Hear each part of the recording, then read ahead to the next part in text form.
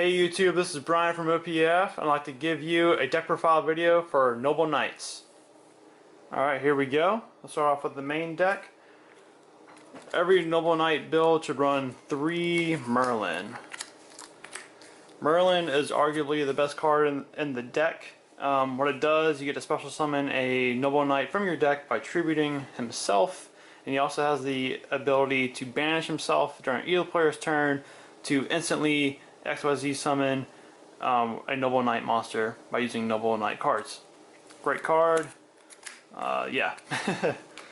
And then pretty much every Noble Knight deck should be running 3 Noble Knight Meddrot. Meddrot lets big combos happen. What happens with his effect is when he's equipped to a Noble Arms card, he becomes level 5 and dark. And then his ability is that he gets to special summon a Noble Knight from your deck, and then you pop the Noble Arms card that's equipped to him. Big combos happen, I'll go over that later. And then I run 2 Noble Knight Boars. A lot of players run 3, but after testing this deck for a long time and being pissed off at the deck with inconsistency, I found out that 2 boars is ideal, at least for me. So yeah, 3 is too cloggy. Then I run 2 Noble Knight Gawain. Gawain sets up for rank 4 plays. As long as you have a light normal monster on the field, you can special summon this card from your hand in defense position. He also has 1900 attack. And then I run 1 Noble Knight Gwalchavad. He has the effect to where when a Noble Arms card is equipped to him, you get to add a Noble Knight card from your Noble Knight monster from your graveyard to your hand, and then you destroy the Noble Arms card that's equipped to him. And then I run 1 Noble Knight Brothers. Brothers has multiple effects. The main one that I use them for is the Daigusa Emerald type effect, to where you shuffle 3 Noble Arms and or Noble Knight monsters from your graveyard to the deck, and then you draw 1 card. But you also you can special summon up to 2 Noble Knight monsters from your hand whenever he's summoned, and then when he's normal summoned. So yeah, it's really good. Helps for rank 4 plays. But yeah, I only run 1. And then I run 1 Ignoble Knight of Black Lancelin. Black Lancelin, you get to special summon this guy from your hand or graveyard by tributing 1 light normal monster you control. Really good. It's level 5 and dark, so it helps go into your rank 5 king. But he also has the ability to where you can tribute 1 Noble Knight monster you control to add 1 Noble Arms card from your deck to your hand. So that counts as any of the equipped spells and also towards Guinevere. And this card is also treated as a Noble Knight monster. You can tribute himself. His name's Ignoble Knight, but Noble Knight's in his name. So yeah, it's just a game mechanic, Run 1. Then I run 1 Guinevere, Queen of Noble Arms. Some players run 2.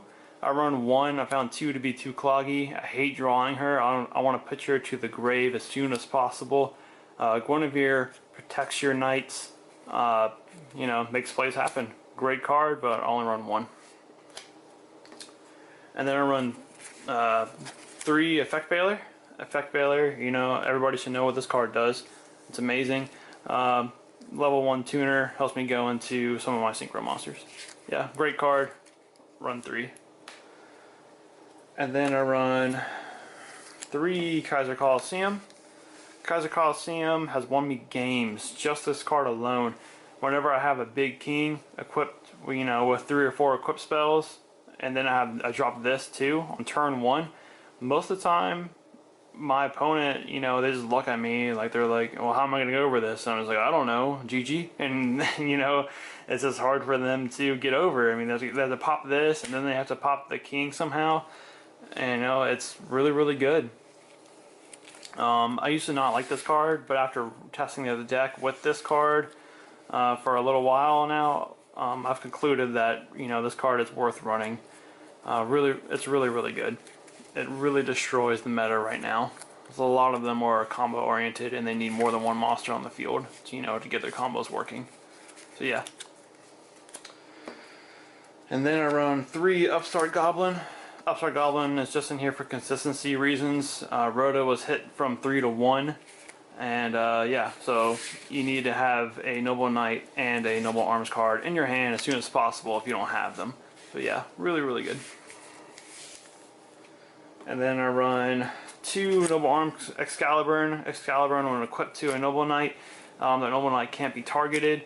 It also has the ability to where you can banish it during your turn to overlay a Noble Knight XYZ monster into another Noble Knight XYZ monster. So that causes a lot of shenanigans. Really, really good. So yeah, but I only run 2. And then I run 2 Noble Arms of Destiny. When Destiny is equipped to a warrior type monster, that monster, if it were to be destroyed once per turn, this card protects it from being destroyed. And it also has a reoccursion ability to where if this card would be popped, it goes to the grave, but it can re-equip to any warrior type monster on the field. So you can re-equip it to the one it came off of, or it can re-equip to a different one if you choose to. I run 2 of this. And then I run 2 Noble Arms Gallatin. Gallatin gives a warrior type monster you control plus 1000 attack, but during each standby phase after you do it, it loses 200 attack. But this card is really, really good. I used to only run 1, but I found it to be worth running 2. And it also has a reoccursion ability like Destiny, so I can just keep re-equipping, for it to get popped. So yeah. And then I run 1 Noble Arms Caliburn. Caliburn, it gives your warrior type monsters plus 500 attack, but once per turn you can also give yourself plus 500 life points. That comes really, really handy when running certain cards. It costs life points to activate the effects. I used to run 2, but Gallatin kind of replaced it. Replaced one of them, I mean. So yeah, and it also has a reoccursion ability like Destiny and Gallatin. Then I run 1 Noble Arms Arthur-Duder. Arthur-Duder, you get to pop 1 set card on the field, but a warrior type monster loses 500 attack when you do it. That's not really a big deal, and I found Arthur-Duder to be pretty handy because it helps pop mirror forces, helps pop a set monster that can't be destroyed by battle. It's really, really good.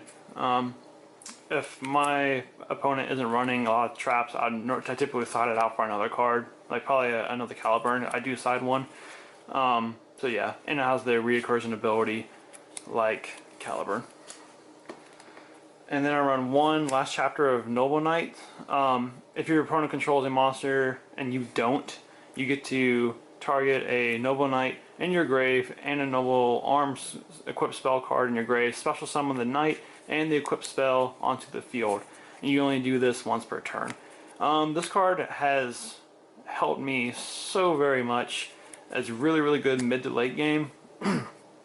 But I do find more than 1 being too cloggy. Some players run 2, but I hate drawing it when I have a monster on the field already. So yeah, I only run 1 just for consistency reasons. And then 1 Reinforcement of the Army. It's really, really unfortunate that this card went to 1 when it was at 3, a few months ago. So yeah, it's really, really good. But yeah, you only run 1. 1 Foolish Burial. I run Foolish Burial to pitch Guinevere or Ignoble Knight Black Lancelin from my deck to the grave. Remember, Black Lancelin has the graveyard effect to where you can special summon him by tributing 1 normal light monster. So yeah, there it is. Really good. Then I run 1 Soul Charge. Soul Charge has won me games alone, just like Kaiser Coliseum has. The Soul Charge helps me go into really, really good combos. You don't need to attack with this deck to pull some really good plays off. Typically it's costly in a lot of decks. They pay 1,000 for each monster. The Caliburn does help bring back some of the life points, so it's not that bad. Really good card. You only run 1, so I only run 1. Then I run 1 Raigeki. Raigeki's been getting some flack from some players in the meta. I really see why for some decks, but for most decks, Raigeki comes in clutch a lot. And since I'm running Kaiser Coliseum, this card comes in handy a lot more than some other decks. And because I wanted to have my opponent have an empty field while I have Kaiser on the field, you know? So if they already have like a field full of monsters, Kaiser that I just drew is dead. So yeah, Regeki helps clear the board and makes Kaiser alive, you know, better for me. And then for my traps, I run one Eradicator Epidemic Virus. I'm probably one of the few players who have mentioned playing this card, at least that I know of. What it does that a lot of people, or for the people who don't know what it does, you tribute one dark monster with 2,500 or more attack and choose spell cards or trap cards. Check all spell and trap cards on your opponent's side of the field, your opponent's hand, and all cards they draw until the end of your opponent's third turn after this card's activation, and destroy all cards of that chosen type. Alright, let's go over a couple things with this card. It says tribute one dark monster. Most of your Noble Knights are light, but when you equip a Noble Arms onto them, they become dark. And that's where Gallatin comes into play. That gives your warrior type monsters plus 1,000 attack. So most of your Noble Knights that you equip, that are equipped with Gallatin, they're more than 2,500 attack or right at 2,500 attack. I think the only one that comes off the top of my head that I do run is probably Brothers. That doesn't get to that point, but all the rest really do. This card has, I say this about a lot of cards that they win me games, but really this card is probably my favorite trap in the whole game, and it does win me games. This card is amazing. Pendulums are a big thing right now, and as you guys do know, pendulum monsters in the scales are treated as spells. So when they put 2 in the scales, that's instantly 2 spells that you could potentially destroy with this. And a lot of pendulum decks do run a lot of spell cards in their main deck. So this card, when they draw it, oh, instantly goes to the grave. Too bad. This card is amazing. I run it. I highly recommend people to at least test it and see how they like it. But yeah, and I also do side one Deck Devastation Virus too. I don't main deck this card because it's kind of situational on the deck that I'm playing against. But this card is amazing against Pepe, which is going to probably be the best deck, or at least one of the best in January post Bosch. But you can run up to 3 of this, but only side 1 right now. I may bump it up to 2. We'll see. But this card, instead of taking 2,500 attack, it only takes 2,000. But it just says choke your opponent's hand, all monsters they control, and all cards they draw until the end of the third turn. After this card's activation, and destroy all those monsters with 1,500 or less attack. And a good majority of the Performer Pal and 4 Mages cards that they do run are 1,500 or less. This card is amazing against that deck, but it's also good against a lot of other decks too. But yeah, that's why I don't main deck it, I side it. It's really, really good though. Anyway, I'm back to the main deck. To finish off the traps, I run one Torrential Tribute, it's a staple, really good. Run Vanity's Emptiness, it's really good. And then one Solemn Warning. Solemn Warning, amazing. Probably the best trap in the game. Really good. Anyway, onto the extra deck. I run 3 Sacred Noble Knight of King Artorias. What he does when he's XYZ summoned, you get to equip 3 Noble Arms cards from your graveyard onto him, and then he has the detached ability to where you get to pop a monster your opponent controls. It does target, so that is unfortunate, but it does come in handy a lot of the times. I run 3. Most players should run 3. There's been times where I've needed the 3rd. So, I'd rather have 3 and then possibly not need it than run 2, but I do need the 3rd. Anyways, I run 2 of the Rank 4 King. Rank 4 King has the same XYZ abilities where you equip 3 Noble Arms from your graveyard onto him, but he has a detached ability to where you get to pop spell and traps on the field up to the amount of up to the amount of Noble Arms cards onto him. So you can potentially pop 5 spells and traps on the field. So if you're playing against Pendulum deck, I'm talking about them a lot because they are meta relevant right now. But you pop both their scales and then up to 3 spells and traps that they control. It's really good, but also you can pop your own Noble Arms cards. And, you know, like I said, most of them have the recursion ability to where you can re-equip into another warrior that you have on the field and do some more shenanigans if you choose to do that. Really, really good. So yeah. And then I run one Ignoble Knight of High Lancelin. He's my only synchro that I do run. The only way I can get him out is Effect Bailiff plus a level 4 you know, Noble Knight monster. And what he does when you synchro summon, you get to equip a Noble Arms equip spell card from your deck to this guy, and then whenever you kill a monster your opponent controls at the end of the battle phase, add one Noble Knight monster or one Noble Arms spell or Noble Arms card from your deck to your hand. Alright, let's go over a couple of things. And remember, last chapter of the Noble Knights is considered a Noble Knight card. You can add it with this, and then Noble Arms to, I mean, you can add a Noble Arms card too, so you can actually add Guinevere too, because her name is Guinevere, Queen of Noble Arms, and Noble Arms is in her name. So yeah, amazing card. I actually like this better than the rank XYZ Kings, but this card's harder to get out. So yeah. And then I run, you know, the staple XYZs, one 101, one Castell, one Abyss Dweller, one Diamond Direwolf, and then I run one Gaga Cowboy. It was actually a toss-up between Cowboy and Heartland Draco, but Cowboy I like a little bit better in this deck because he is a warrior, and you can equip some of the Noble Arms cards onto him to do, you know, some combos and stuff like that. And the 800 burn effect that, you know, most players use them for comes in handy, you know, to burn for win, you know, Gaga for game. You know, it's really, really good. So yeah, that's why I run him. And then I run one Heroic Champion Excalibur. It goes into XYZ plays, but you can also equip Noble Arms cards onto him because he is a warrior. Then I run one Black Armor Ninja for OTKs, and he's a warrior. Then I run one Heroic Champion Gandiva.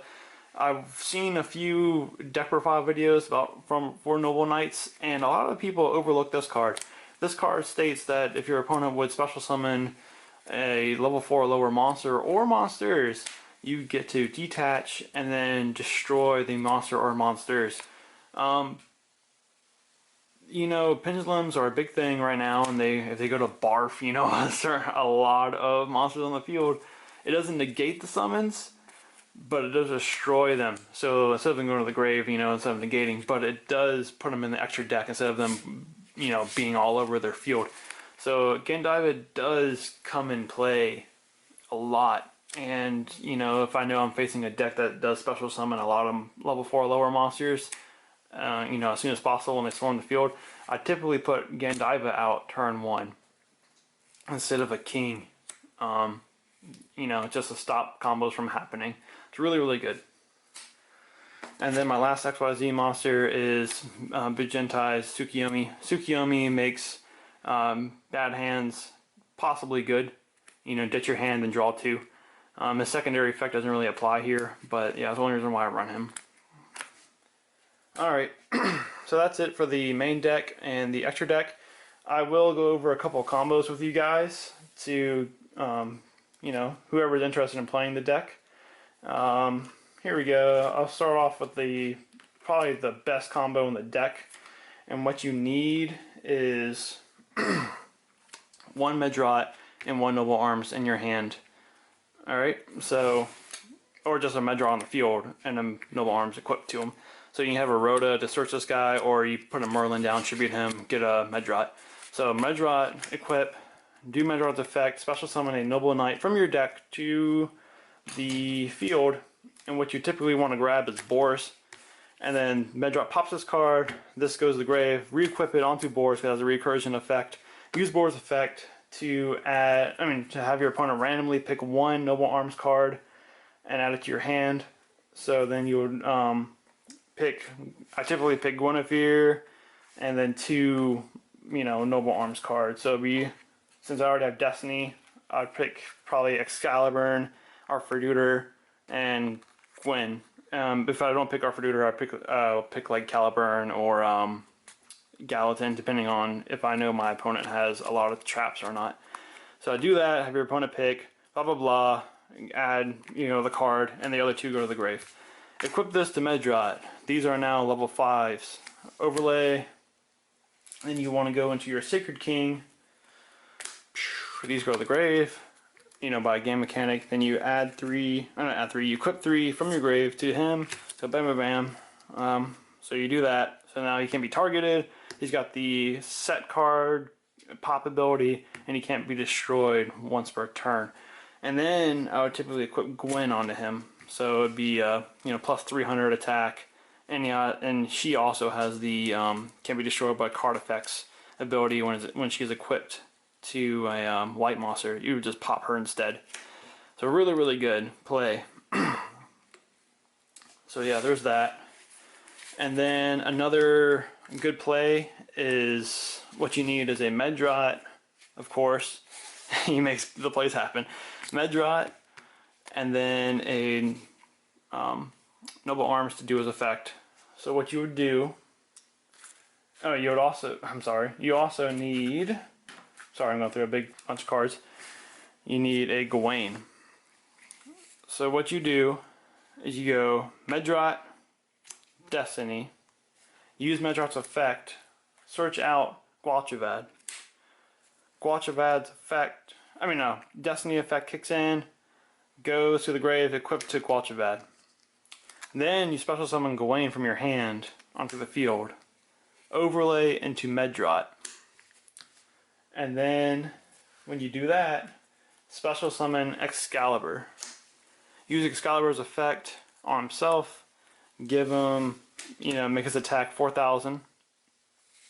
And then use Guachavad's effect, pop this, add Gawain to your hand, special summon Gawain again onto the field, overlay into Guachavad for another rank 4 play, put out Blade Armor Ninja.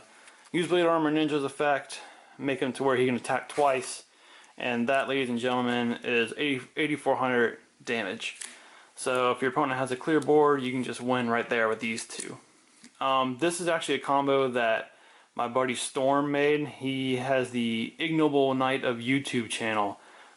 He's a really, really cool guy. He makes really awesome Noble Knight videos. He taught me this. He calls it the no TK, you know, for Noble Knights.